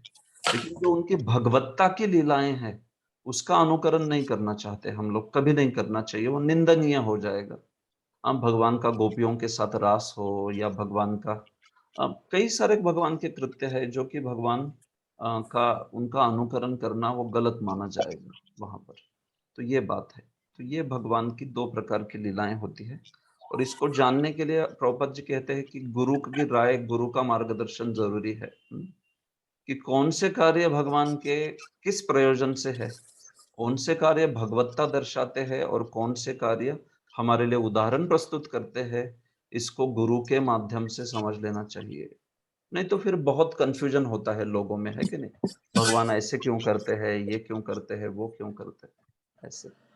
तो ये गुरु के मार्गदर्शन से इसको समझ सकते हैं, ये बात है। इस प्रकार श्रीमद् भागवत के प्रथम स्कंद के अंतर्गत द्वारका के लिए भगवान श्री कृष्ण का प्रस्थान नामक 10वें अध्याय के भक्ति वेदांत तात्पर्य पूर्ण हुए। ठीक है, हरे कृष्णा। तो इस प्रकार से ये अध्याय पूर्ण हुआ यहाँ पर। तो आप में से किसी को इस पे कुछ पूछना है? हम लोग अगले अध्याय को भी प्रारंभ करेंगे, लेकिन अगर आप कुछ पूछना चाहते हो तो पूछ सकते हैं इसके ऊपर। यस, सनातन गोविंद प्रभु। हाँ प्रभु जी, आपने जो टेक्स्ट श्लोक नंबर 32 में बताया था, वो अजात शत्रु और मधुद्रीशा। तो यहाँ पर युधिष्ठिर महाराज ने भगवान की रक्षा के लिए सेना भेजी। अफकोर्स भगवान की रक्षा वो स्वयं भगवान है। तो आपने कहा कि ऐश्वर्य भाव उनका कभी कभी आता है तो ऐसी लीला करते हैं। तो वो बात मुझे ठीक से समझी नहीं कि वात्सल्य भाव ओवरकम करता है इसके लिए ऐसी सेना भेजते हैं, या ऐश्वर्य भाव का कुछ आता है उनमें तो फिर ऐसी लीला करती है। ये बात मैं समझी नहीं। देखिए, मैं ये बता रहा था कि ऐश्वर्य ज्ञान जो है, ऐश्वर्य ज्ञान, उस ऐश्वर्य ज्ञान में व्यक्ति को पता रहता है कि भगवान तो भगवान है करके, सर्वशक्तिमान है कि नहीं? तो ये जो ऐश्वर्य ज्ञान है, ये ऐश्वर्य ज्ञान युधिष्ठिर में है। युधिष्ठिर में ये ऐश्वर्य ज्ञान होता है, द्वारका के निवासियों में ये ऐश्वर्य ज्ञान होता है। अभी उसके ऊपर स्नेह का कितना पर्दा गिरा हुआ है, इसके अनुसार उनका बर्ताव होता है भगवान के साथ। हाँ, तो जैसे अगर वो ऐश्वर्य ज्ञान पर अतीव उत्कट स्नेह का पर्दा नहीं है, तब फिर युधिष्ठिर ऐसा बर्ताव करते हैं कि जैसे वो भगवान है करके। हाँ, उनको भगवान की तरह सम्मान करेंगे, या भगवान की तरह उनसे बात करेंगे, या ऐसा विचार करेंगे कि ये तो भगवान है, इनको क्या। जैसे ऐश्वर्य ज्ञान का भक्त कैसा विचार करेगा भगवान के प्रति, वैसा युधिष्ठिर का भाव होता है जब ऐश्वर्य ज्ञान हावी रहता है। लेकिन जब उस पे स्नेह हावी हो जाता है भगवान के प्रति, तो फिर वो ऐसा बर्ताव करते हैं कि जैसे उन्होंने यहाँ पे सेना प्रदान कर दी भगवान को। तो ये सेना प्रदान करना मतलब क्या, ऐसे सोचना ना कि भगवान की रक्षा की जरूरत है। तो इस प्रकार से ये जो भाव है वो ऐश्वर्य ज्ञान पर स्नेह हावी होने के कारण हुआ है। ये बात है। देखिए, युधिष्ठिर की पर्सनैलिटी में कई प्रकार के भाव है। युधिष्ठिर जो है वो भगवान के प्रति, अगर एग्जैक्ट देखा जाए तो प्रीति संदर्भ में कहा है युधिष्ठिर का भगवान के प्रति सुरित का भाव है, सुरित।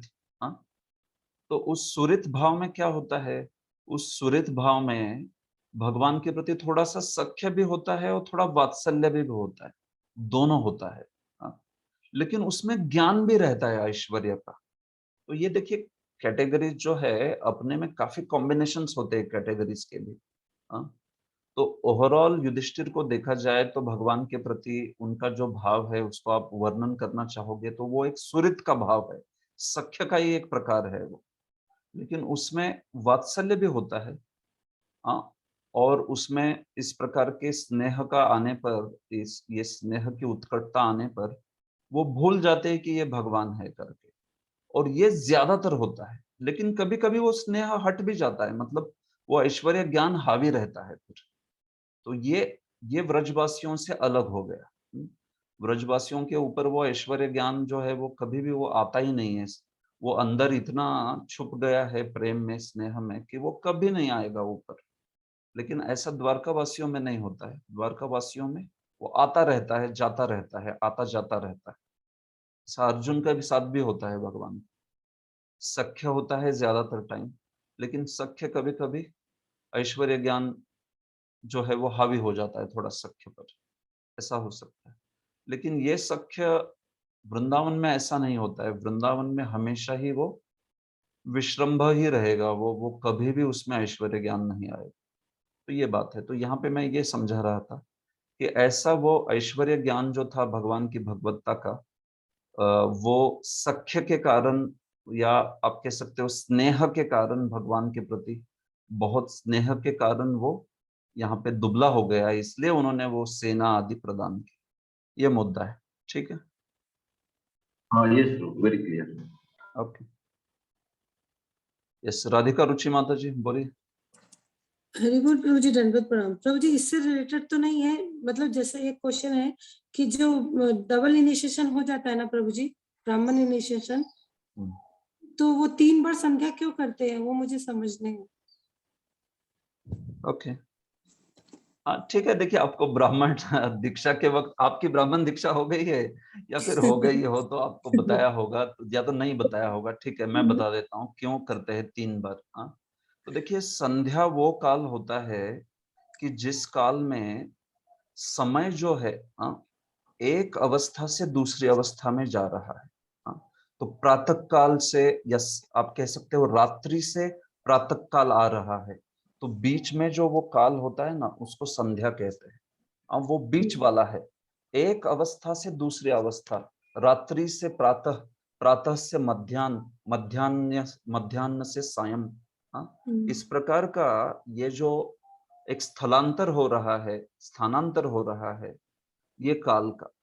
तो शास्त्र कहता है कि इस प्रकार से जब काल का एक चक्र आगे बढ़ रहा है, काल का यहाँ पर प्रवाह हो रहा है, तो जब काल बदल रहा है तब हमें ऐसी चीज पे ध्यान करना चाहिए कि जो कभी नहीं बदलती है। हाँ? When the time is changing, let us meditate on something which is unchanging, जो कि है भगवान। हाँ, जो कि है भगवान का नाम, भगवान का भगवान के गुण, भगवान के संगी, ये सब। हाँ, तो इसलिए संध्या जो है वो समय के प्रवाह का प्रतीक है, और उस समय के प्रवाह के प्रति हम लोग ऐसी चीज पर ध्यान करते हैं जो उस प्रवाह के परे है, उस प्रवाह के प्रभाव में नहीं है। तो इसलिए संध्या समय के वक्त में भगवान पर वो संध्या के मंत्र यानी गायत्री मंत्र आदि के द्वारा उन पर ध्यान करना चाहिए, ऐसा वेदों में वर्णन हुआ है। ठीक है, ओके प्रभु, ओके प्रभु जी। इसीलिए शाम को भी पूजा करते हैं जब वो संध्या मतलब चेंज होता है टाइम तब। हाँ देखिए वो तो पूजा के ऊपर भी आधारित है, कौन सी पूजा करते हैं। हाँ देखिए, ये खास करके गायत्री के लिए मैंने समझाया आपको, ये 3 बार संध्या। संध्या काल में भगवान का पूजा आदि करते हैं तो वो अलग अलग प्रयोजन से करते हैं। कभी उसमें किस प्रकार की पूजा है, इन जनरल हम शाम को दिया लगाते हैं भगवान को, है कि नहीं। तो वो दिया इसलिए इसलिए लगाते हैं भगवान, मतलब वो दिया जो है वो तो उस दिया पहले तो भगवान के लिए एक सेवा है वो, क्योंकि अभी सूरज जो है वो अस्त को चला गया है, तो प्रकाशित करने के लिए हम लोग दिया लगा रहे हैं, जिससे कि भगवान का रूप, भगवान का विग्रह सबको दिखाई दे, उसका दर्शन हो सबको। और दूसरा एक भी दिया दीप प्रज्वलित करने का ये भी भाव होता है कि अभी सायंकाल का समय है, जिसमें आसुरी शक्तियां, तमोगुण आदि बढ़ा रहता है।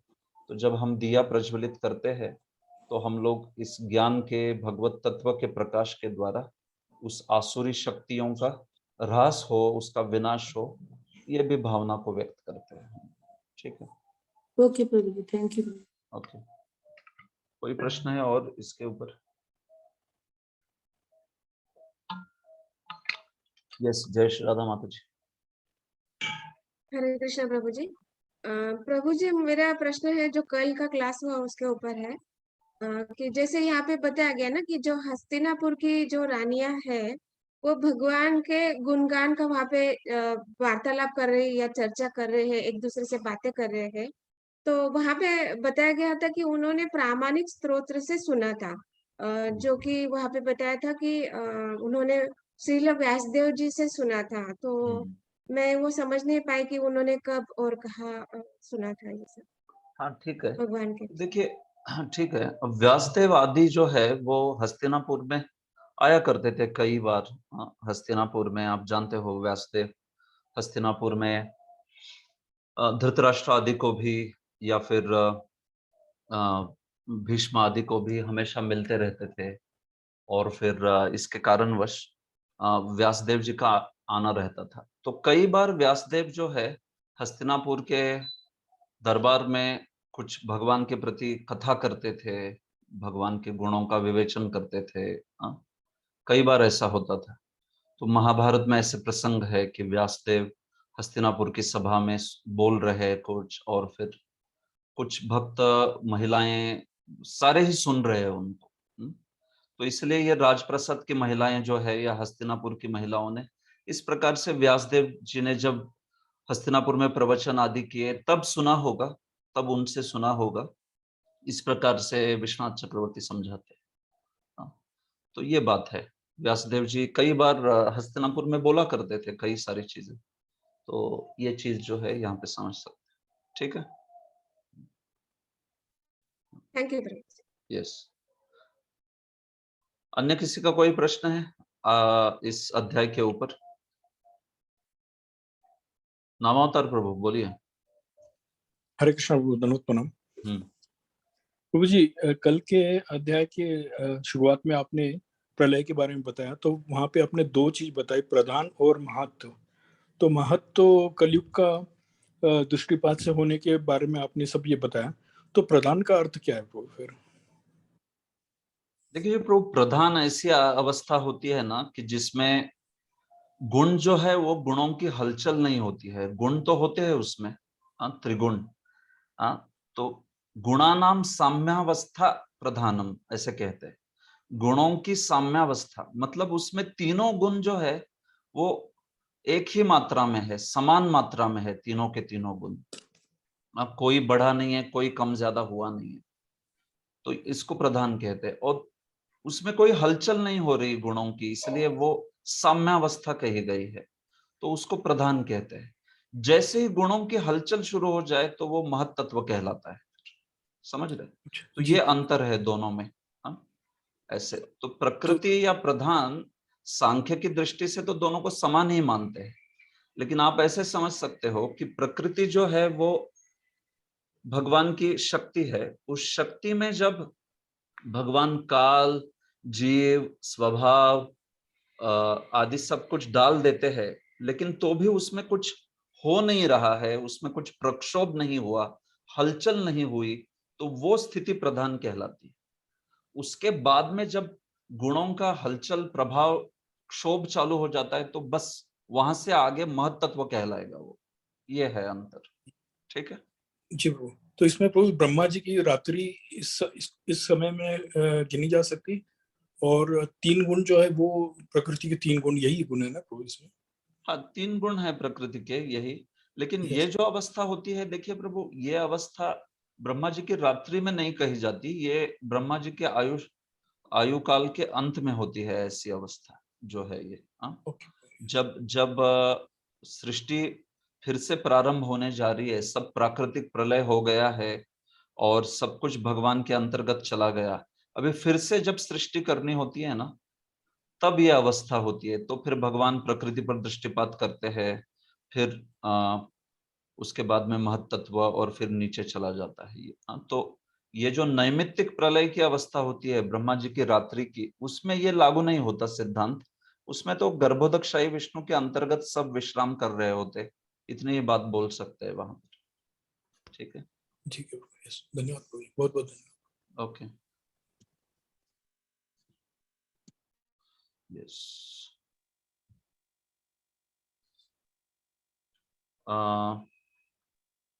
जस्ट मेरा वीडियो ट्राई कर रहा हूँ ऑन करने का, क्योंकि मेरे को लगता है यहाँ पे वेवलेंथ का इशू खत्म हो गया है, तो उसमें कोई परेशानी हो रही है। ओके, मीनवाइल किसी का कोई प्रश्न है तो बोलिए, नहीं तो हम 5 मिनट ब्रेक लेते हैं और फिर उसके बाद में ये करेंगे। हाँ माता जी, आप हाथ खड़ा कर रही है, बोलिए। ब्रह्मा जी रात को सो जाते हैं। एक मिनट। श्रुतकीर्ति माता जी, एक मिनट। हाँ ठीक है। दूसरी माता जी, उनका प्रश्न है, उनको बोलने दीजिए। दंडवत प्रणाम प्रभु जी। हाँ यस माता जी। प्रभु जी, हमें भक्ति शास्त्री में बताया गया था कि द्वारका, मथुरा, वृंदावन ऐसे तीर्थ स्थलों में हम रह नहीं सकते, स्थायी रूप से निवास स्थान नहीं बना सकते। और इसमें अभी हमें बताया गया कि वहाँ द्वारका, मथुरा, वृंदावन में हमें रहने के लिए बोला गया है, तो ऐसा क्यों प्रभु जी? ओके, ठीक है, जस्ट एक मिनट दीजिए माता जी मुझे, बस मैं जस्ट ये थोड़ा सा ये विंडो क्लोज कर लेता हूँ।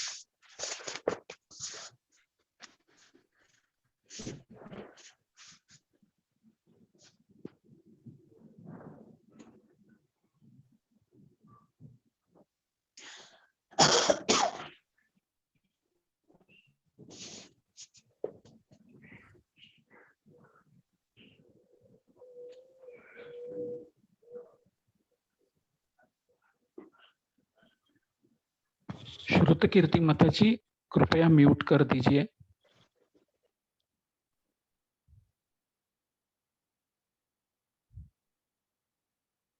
ठीक है, पता नहीं क्या इशू है, मेरे कैमरा को आज वो ऑन नहीं हो रहा है स्टार्ट वीडियो। ठीक है, नो इश्यूज, हम लोग ऐसे ही कंटिन्यू करेंगे।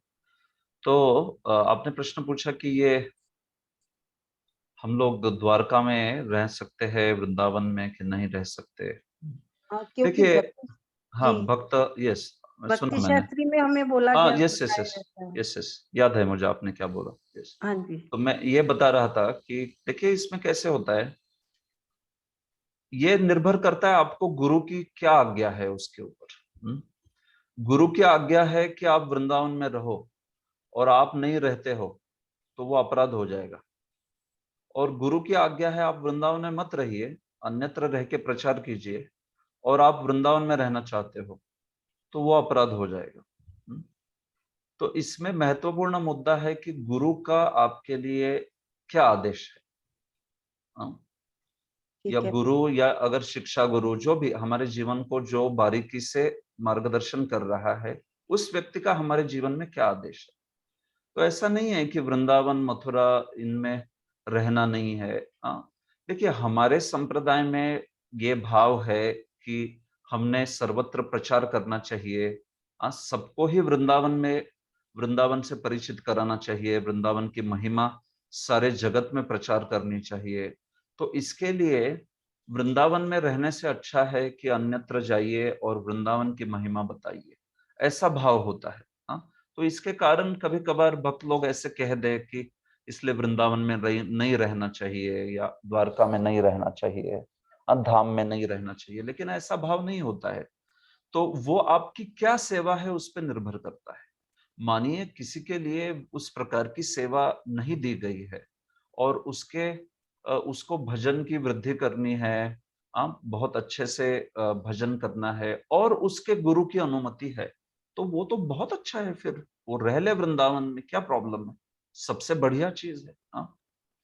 तिष्ठे व्रजन, क्या है वो, तिष्ठन व्रजे तदनुरागी तदनुरागी। तो जनानुगामी। एक्चुअली में तो वृंदावन में रहने का आदेश दिया है श्रील रूप गोस्वामी ने, देखा जाए तो। ये वास्तविक गौड़ीय वैष्णविज्म है कि व्यक्ति ने वृंदावन में रहना चाहिए, द्वारका में रहना चाहिए, मथुरा में रहना चाहिए। भक्ति रसामृत सिंधु में कितना वर्णन है कि मथुरा में रहने वाले व्यक्ति का क्या सौभाग्य है वो। लेकिन इसमें कैसे होता है, दोनों भी चीजें है कि मथुरावास ये महाबल माना गया है, लेकिन इसमें आपके गुरु की आज्ञा क्या है ये बहुत मायने रखता है। तो हमारे संप्रदाय में ये भाव है कि भाई वृंदावन में रहने से अच्छा है कि आप सबको वृंदावन की महिमा बांटो, सर्वत्र प्रचार करो। लेकिन अगर उस प्रकार की प्रचार की सेवा आपको नहीं है और आपके गुरु की अनुमति है, तो क्यों ना वृंदावन में रहे, वो तो बहुत अच्छा है फिर। उसका गुणगान है। बस एक बात करनी चाहिए कि वृंदावन में, मथुरा में रहते हुए अपराध नहीं करने चाहिए। क्योंकि जितने मात्रा में यहाँ पे लाभ होता है, एक माला करोगे तो वो 1000 माला करने जैसा है यहाँ पर, वृंदावन में। लेकिन फिर आप अगर कोई अपराध करोगे तो उस अपराध का भी 100 गुना फल मिलता है। भयंकर होता है अपराध भी। फिर यहाँ पे रह के किसी ने कुछ पाप किया तो उसका बड़ा भयंकर दंड होता है। तो ये बात है। तो इसलिए कभी कभी उस प्रकार का जो इशारा है, उस इशारे को समझाने के लिए, उस चेतावनी देने के लिए भी कभी कभी ऐसा कहा जाता है। लेकिन ऐसी बात नहीं है कि वृंदावन, मथुरा, ये एक्चुअली ये तो हमारा अभिष्ट है। हम लोग तो इसमें जो रह पाते हैं उनके भाग्य का वर्णन करते हैं ऐसे। लेकिन क्या हमारी वैसी पात्रता है? और सबसे महत्वपूर्ण, क्या आपको वैसा आदेश है? गुरु का आदेश है तो जो आदेश है वो करना चाहिए। हो सकता है गुरु एक व्यक्ति को आदेश दे कि भाई तुम जो है व्रज में रहो, तिष्ठन व्रजे, और व्रज में रह के सेवा करो बढ़िया से। तो फिर उसने व्रज में ही रहना चाहिए। वो इधर उधर भटक रहा है तो माया में है वो ऐसा व्यक्ति। प्रचार के नाम पे भी भटक रहा है तो वो भी माया है। क्यों? क्योंकि उसको गुरु की वैसी आज्ञा नहीं है। उसी प्रकार से अगर कोई व्रज में रह रहा है और सोच रहा है कि मैं तो व्रज में रहता हूँ, शास्त्र का पालन कर रहा हूँ, लेकिन उसको गुरु का आशीर्वाद नहीं है, गुरुजनों की इच्छा नहीं है वैसी, तो व्रज में रहते हुए भी वो माया में है वास्तविक देखा जाए। क्यों? क्योंकि गुरुजनों को, वरिष्ठों को, अपने शिक्षा गुरु आदि उनको प्रसन्न नहीं कर रहा है। तो ये पहलू है, इसको इस प्रकार से देखना चाहिए। दोनों साइड में लोग झूमते रहते हैं। कुछ लोग है वो, उनको वृंदावन में जो भी कोई रहता है उनको लगता है वो माया में है करके। राधा कुंड में मतलब हर कोई वहां पर भोगी है ऐसे लगता है। ये मूर्खता की परिसीमा है। यहाँ पे ऐसे ऐसे भक्त है राधा कुंड में, वृंदावन में, कि जिनके आसपास में भी हमारी साधना नहीं है, कहीं भी नहीं है। इतने वो महान है, इतनी उनकी भक्ति है, इतने श्रेष्ठ है, ऐसे भी भक्त है। और दूसरे टाइप के भी मिलेंगे आपको कि जो वृंदावन में रह के बहुत गड़बड़ करते हैं, पाप करते हैं। तो दोनों प्रकार के लोग हैं यहाँ पर, महान भक्त भी है और इस प्रकार के कुछ गड़बड़ करने वाले व्यक्ति भी है। तो इसलिए हमारा किसी के प्रति जजमेंट का भाव नहीं होना चाहिए कि ये ठीक है, ये ठीक नहीं है। नहीं भाई, हम हमारे गुरुजनों के, प्रभुपाद जी के अनुयायी है, जो भी हमें आज्ञा मिलेगी उसको हम करेंगे। ठीक है माता जी? हरि बोल। दंडवत प्रणाम प्रभु ji, thank you. Yes. Okay, फिर थोड़ा सा हम ब्रेक लेते हैं हरे अभी। कृष्ण प्रभु। हाँ, हरे कृष्ण प्रभु जी, मैं ये पूछना चाहती थी कि कल के लिए सवाल है, जब नैमित्तिक प्रलय होता है तब सारे जीव गर्भोदय विष्णु में समा जाते हैं ना, और फिर प्राकृतिक प्रलय जो होता है तब महाविष्णु में जाते हैं क्या? बराबर है, सही है। हाँ ठीक है प्रभु जी। तो ओके, सही है। ओके, तो मेरे ख्याल से, अच्छा मैंने सोचा कि 7:45 या 8 बजे होंगे, अभी तो 8:11 हो गए। ठीक है, ओके। तो हम लोग 20 मिनट में मैं प्रारंभ कर रहा हूँ इस अध्याय को, आगे वाले। ठीक है, कुछ श्लोक इसके हो जाएंगे, तो कृपया आप में से किसी को कोई ब्रेक चाहिए किसी कारणवश तो आप ले लीजिए। मैं यहाँ पे आगे बढ़ रहा हूँ।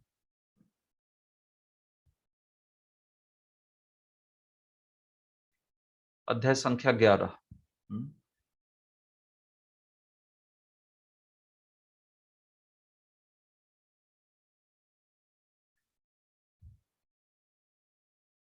देखिए, मेरी स्क्रीन आप देख सकते हो। अध्याय संख्या 11, भगवान श्री कृष्ण का द्वारका में प्रवेश। तो भगवान का हस्तिनापुर से प्रस्थान पिछले अध्याय में चर्चा हुई। इस अध्याय में भगवान श्री कृष्ण का द्वारका में प्रवेश, इसकी चर्चा हो रही है। तो इसको देखते हैं अभी। तो ये श्लोक, ये जो अध्याय है ये भी छोटा है, वैसे तो ज्यादा इसमें कोई चर्चा नहीं है बड़ी। तो कुछ थोड़े से ही सेक्शन है, 2 सेक्शन, बाकी सारा वर्णनात्मक है, तो इसलिए इसको भी ज्यादा समय नहीं लगना चाहिए मेरे विचार से। ठीक है, देखते हैं हम इसको।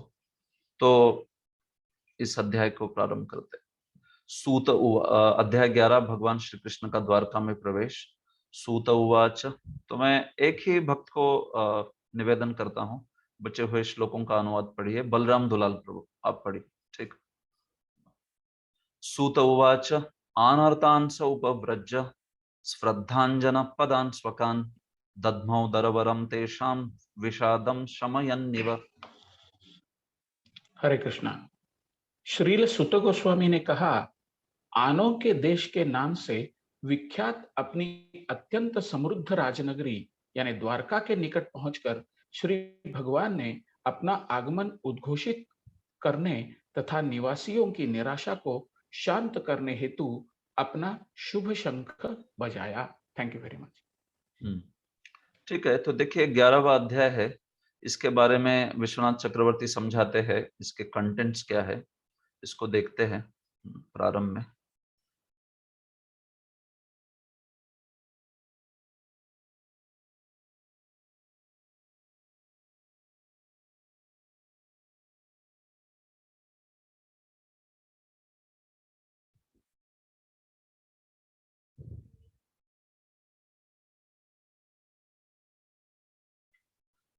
मेरी स्क्रीन पर देख सकते हैं। विश्वनाथ चक्रवर्ती कृता सारार्थदर्शिनी। एकादशे स्तुतः कृष्ण आनर्तैः स्वपुरं गतः बंधुभिर्मिलितः कांता अधिनोतिथि वर्ण्यते। एकादशे 11वें अध्याय में वर्ण्यते वर्णन किया गया है। क्या वर्णन किया गया है? देखिए, कृष्ण स्तुतः, कृष्ण की स्तुति हुई है। प्रारंभ के श्लोकों में ही 6 से लेकर 10 श्लोकों में प्रारंभ में स्तुति हुई है भगवान की। किसके द्वारा? आनर्त ही, द्वारका वासियों के द्वारा। आनर्त नगरी यानी द्वारका, द्वारका वासियों के द्वारा श्री कृष्ण की स्तुति हुई है 5 श्लोकों में। स्वपुरम गतः, जबकि वे वहां से फिर अपने महल की ओर, अपने निवास स्थान की ओर बढ़े। बंधु भी मिलितः, तो अपने सारे बंधुओं को मिले, रिश्तेदारों को मिले, माता पिता से मिले भगवान। और कांता अधिनोत, और अपनी पत्नियों को भी भगवान ने प्रसन्न किया। उनको भी भगवान मिले, उनको भी तुष्ट किया। ये जो है बात बोली गई है।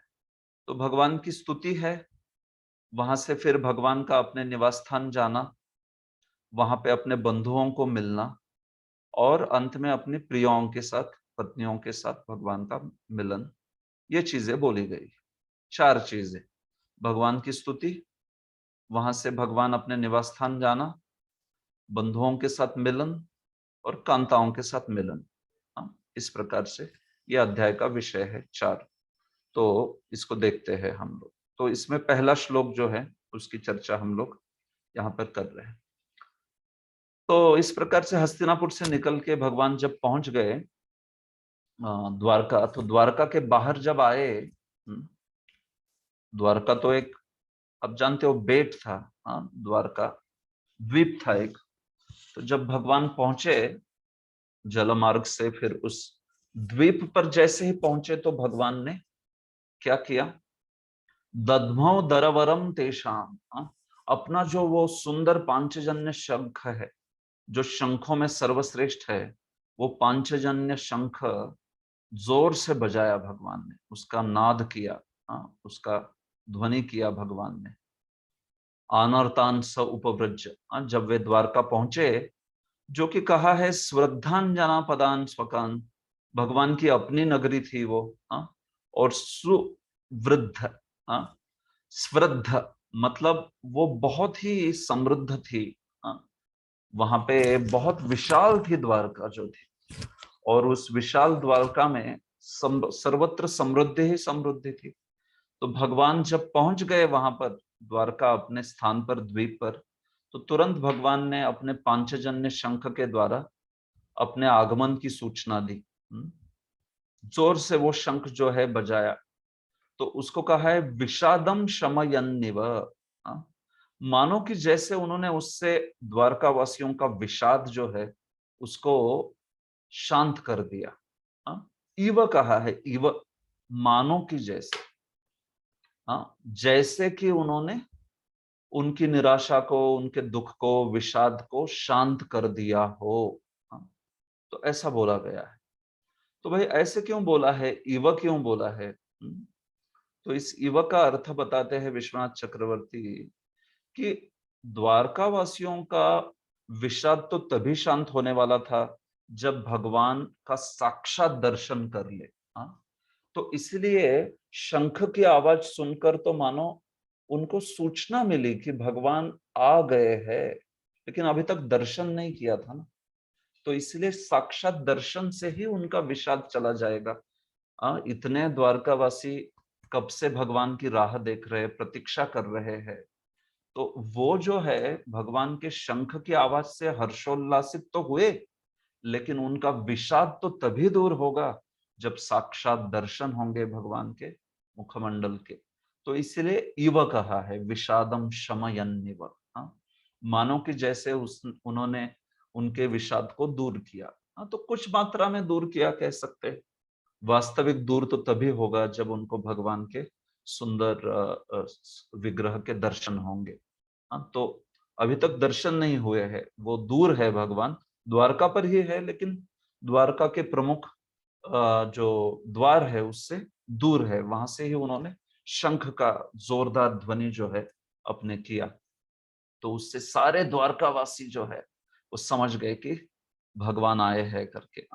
भगवान के शंख के ध्वनि से ही समझ जाते थे सारे कि किस भगवान के शंख का विशेष ध्वनि है पांचजन्य का, तो उससे समझ जाते थे कि ये भगवान जो है वो आए हैं करके।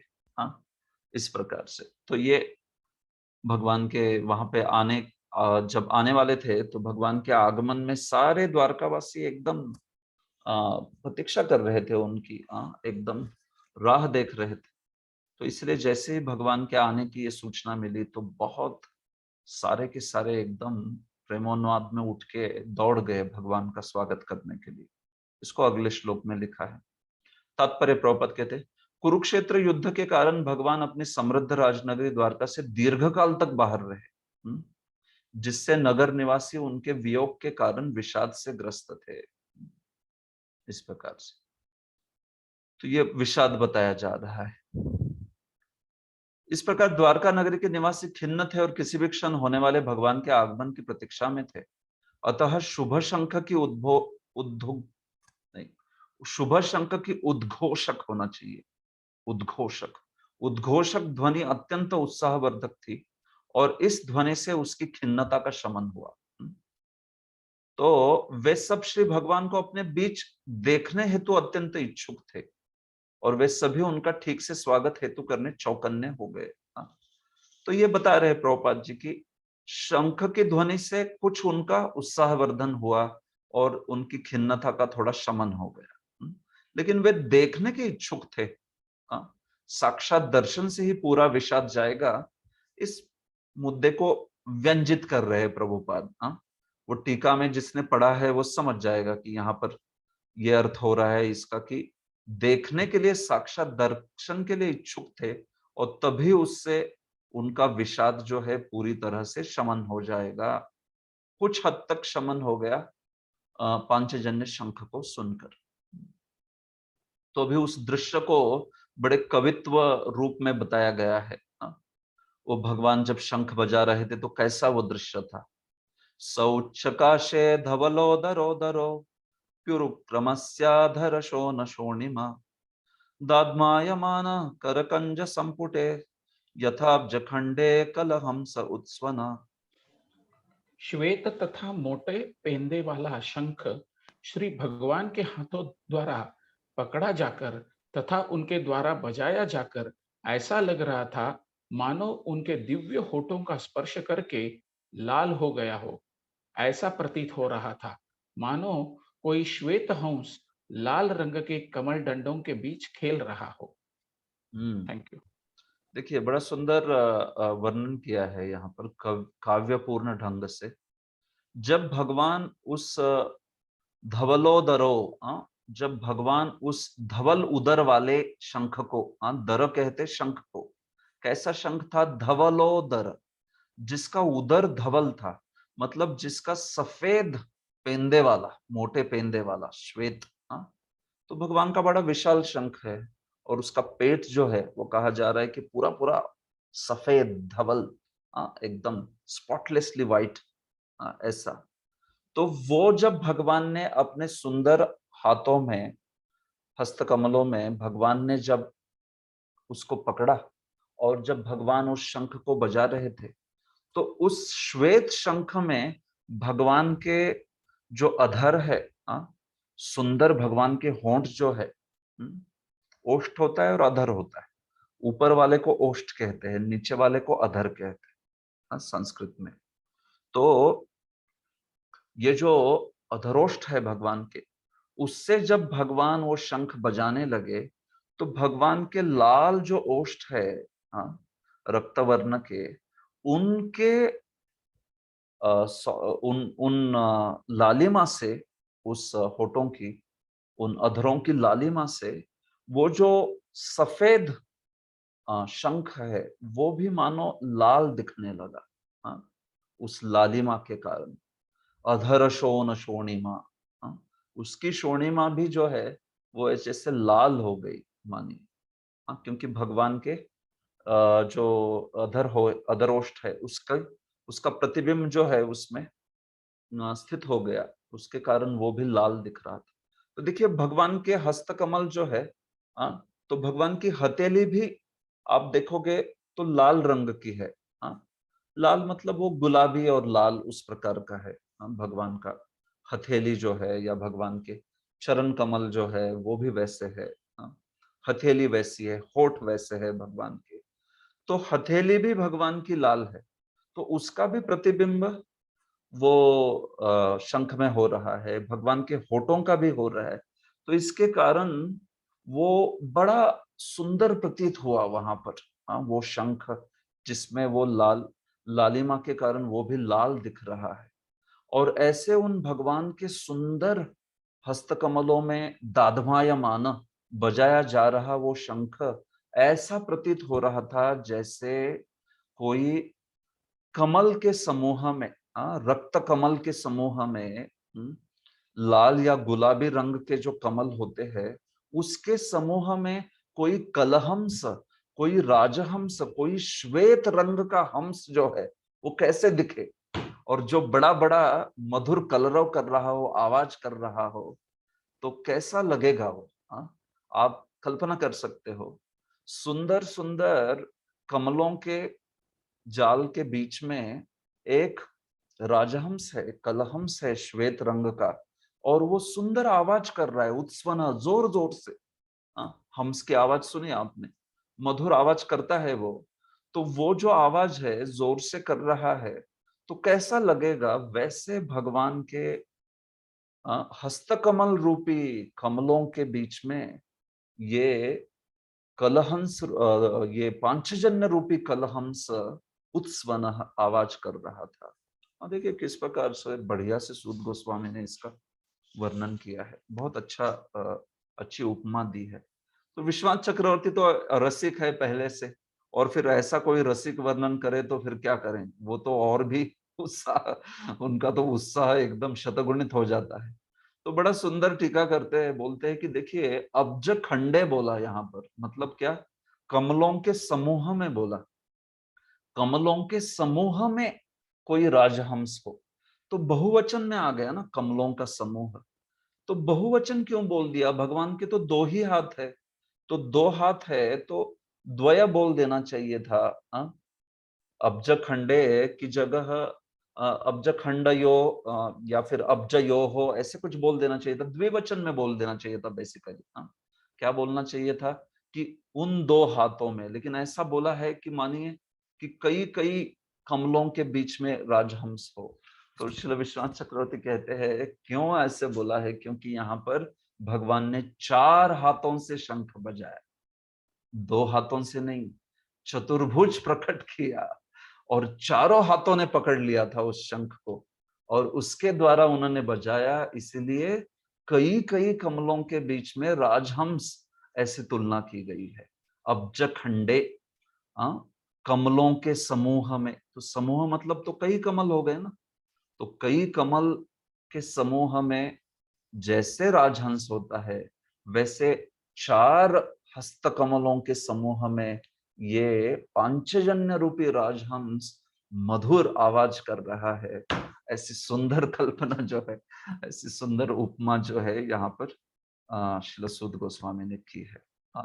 चतुर्भी ही, विश्वनाथ चक्रवर्ती कहते हैं क्या, चतुर्भी करे धतत्वात्, चारों करों के द्वारा, चारों हाथों के द्वारा ये पकड़ा गया था पांचजन्य, इसीलिए यहाँ पर वैसी तुलना हुई है। तो देखिए कितनी छोटी सी चीज से भी विश्वनाथ चक्रवर्ती जैसे आचार्य, हम लोग देखते हैं कि कैसे कैसे सुंदर अर्थ निकालते हैं इसमें से। तात्पर्य, प्रभुपाद जी ने भी बड़ा अनोखा तात्पर्य लिखा है, काफी सुंदर मुद्दा उपस्थित किया। श्री भगवान के होठों के स्पर्श से श्वेत रंग शंख की लालिमा आध्यात्मिक महत्ता की सूचक है। श्री भगवान पूरे के पूरे आत्मा है और भौतिक पदार्थ इस आध्यात्मिक अस्तित्व का अज्ञान है। वस्तुतः आध्यात्मिक प्रकाश में पदार्थ नाम की कोई वस्तु नहीं है, और परमेश्वर श्री कृष्ण के स्पर्श मात्र से यह आध्यात्मिक अनुभूति तत्काल हो जाती है। देखिए प्रभुपाद जी भी कितना बढ़िया चीज कहते हैं कि बोलते कि वो जो लाल, वो जो सफेद शंख है, वो भगवान के होठों के कारण और भगवान के हस्तकमलों के स्पर्श के कारण वो जो है उसको लालिमा आ गई। वो ऐसा दिखने लगा जैसे वो भी लाल है करके, उसको भी लालिमा जो है वो दी गई है। तो मुद्दा क्या है कि भगवान के स्पर्श में जो भी कोई चीज आती है वो आध्यात्मिक बन जाती है। भगवान के स्पर्श से, भगवान के सेवा में कोई चीज संलग्न हो जाती है तो वो आध्यात्मिक महत्ता को प्राप्त होती है। ये बात है, कृष्ण के स्पर्श से तुरंत वो चीज आध्यात्मिक अनुभूति जो है वो हो जाती है। ये बात है। तो कई बार हम लोग देखते हैं कि नहीं, भक्त जो होते हैं वो जब भगवान के भक्त, भले ही वो उनकी भक्ति के कारण सारे के सारे बड़े तेजस्वी दिखते हैं, बड़े सुंदर दिखते हैं। हो सकता है बाह्य रूप से कोई भक्त हो या कोई भक्ता हो वो बहुत कुछ सुंदर ना हो, लेकिन चूंकि वो भगवान की भक्ति करते हैं तो उनके चेहरे पे वो तेज दिखता है। लोग देख के आकर्षित हो जाते हैं कि लोग सोचते हैं कि अरे ये लोग कितने तेजस्वी है सारे के सारे, और कितने खुश है, कितने आनंद में है। तो ऐसे भगवान की भक्ति का एक प्रभाव होता है कि उसमें भौतिक वस्तु भी अपने गुणों से अलग प्रभाव जो है वो दर्शाती है, आध्यात्मिक महत्ता का सूचक बन जाती है। तो ये प्रभाव है, जो भी भगवान की सेवा में लीजिए, भौतिकता का स्वभाव उसका हट जाता है अगर आप उनको भगवान की सेवा में प्रयुक्त करते हो, भगवान की सेवा में लगाते हो। तो उस चीज की महत्ता जो है वो बढ़ जाती है। ये बात है।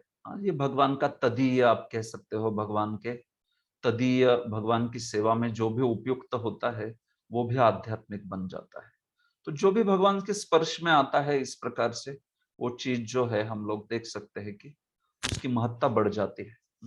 ऐसे तो देखिए आगे प्रभुपाद ने कहा है, भगवान के प्रगाढ़ प्रेम तथा भक्तिमय सेवा से, या दूसरे शब्दों में भगवान के आध्यात्मिक स्पर्श से प्रत्येक वस्तु उसी तरह लाल हो जाती है जिस प्रकार भगवान के होठों में लगा शंख। परमहंस अर्थात अत्यंत बुद्धिमान पुरुष आध्यात्मिक आनंद रूपी जल में कलहंस के समान है, जो भगवान के चरण कमलों से नित्य अलंकृत रहता है। तो ऐसे उस हंस के साथ भक्तों की तुलना कर रहे हैं प्रभुपाद। परमहंस भक्तों को कहा जाता है ना, तो जैसे यहाँ पे हंस कहा गया है जो भगवान के हाथों में है, हाथ रूपी कमलों में है, तो उसी प्रकार से भक्त जो होता है, भगवान का भक्त भी ऐसा मधुर स्वर भगवान के गुणगान जो है उसको करता रहता है। ये बात है। तो भगवान का स्पर्श होने से ये इस प्रकार से आध्यात्मिक स्पर्श से चीजें गौरवशाली हो जाती है, ये बात बताई जा रही है कि नहीं।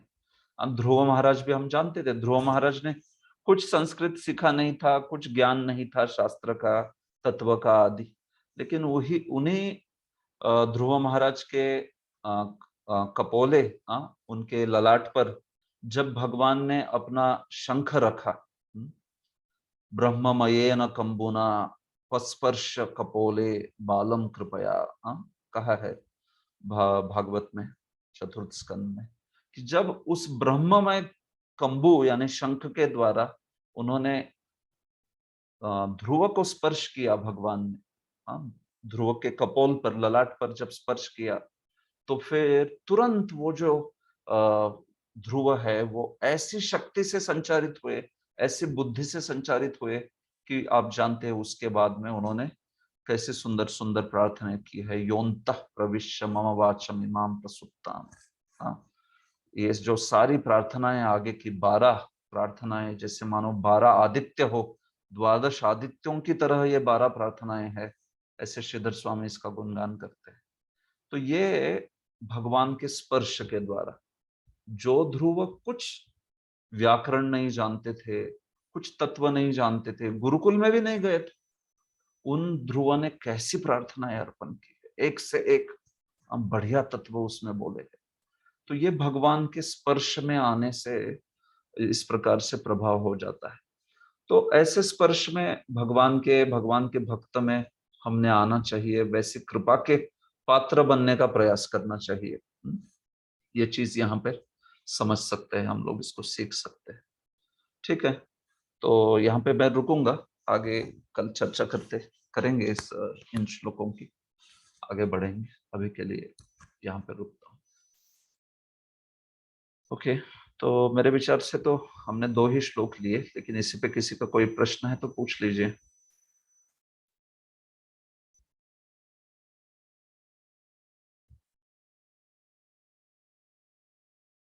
किसी को कुछ पूछना है इन 2 श्लोकों पर या फिर और किसी चीज पर?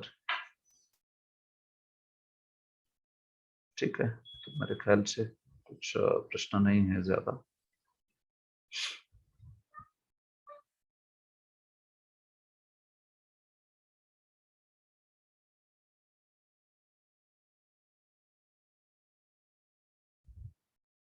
से एक प्रश्न आया है यहाँ पर, कुरुक्षेत्र में ब्रजवासी जो है वो भगवान को कैसे मिले अगर वो अप्रकट लीला में चले गए थे?